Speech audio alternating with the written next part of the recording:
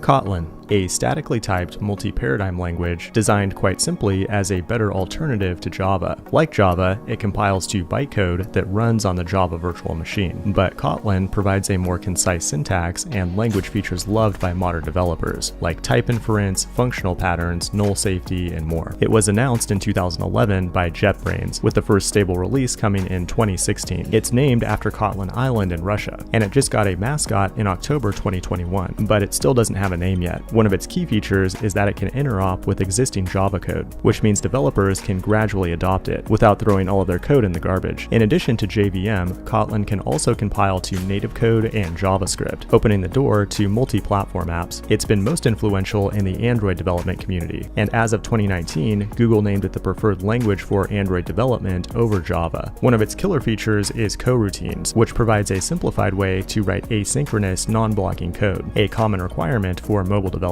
To get started, create a file ending in .kt. Most Kotlin developers use something like IntelliJ IDEA, which is an IDE brought to you by the same company that invented the language. Inside the file, use the fun keyword to define a main function. This is where your code will start executing, and that syntax is a lot more fun to write than public static void main string args. Declare a variable with the var keyword, assign a value, and its type will be inferred automatically. Or you can add a colon after the variable name with an explicit type. A variable can't be null unless you explicitly allow it with a question mark on the type. Now use println to log the variable to the standard output. Notice how semicolons are optional, which means that line breaks are significant. Kotlin supports familiar object-oriented patterns, but can do special functional things that Java cannot, like modify the behavior of a class without inheritance using extension functions. Functions are first-class objects, which means they can be stored as variables, passed as arguments, or used anonymously with lambdas. Kotlin also reduces boilerplate with things like data classes, so you don't have to write constructors, getters, and setters, and supports destructuring when accessing the values on an object, allowing you to write concise, efficient code that you can then compile to a jar file by pulling up the terminal and running the Kotlin compiler. This has been Kotlin in 100 seconds. Hit the like button and subscribe if you want to see more short videos like this. Thanks for watching, and I will see you in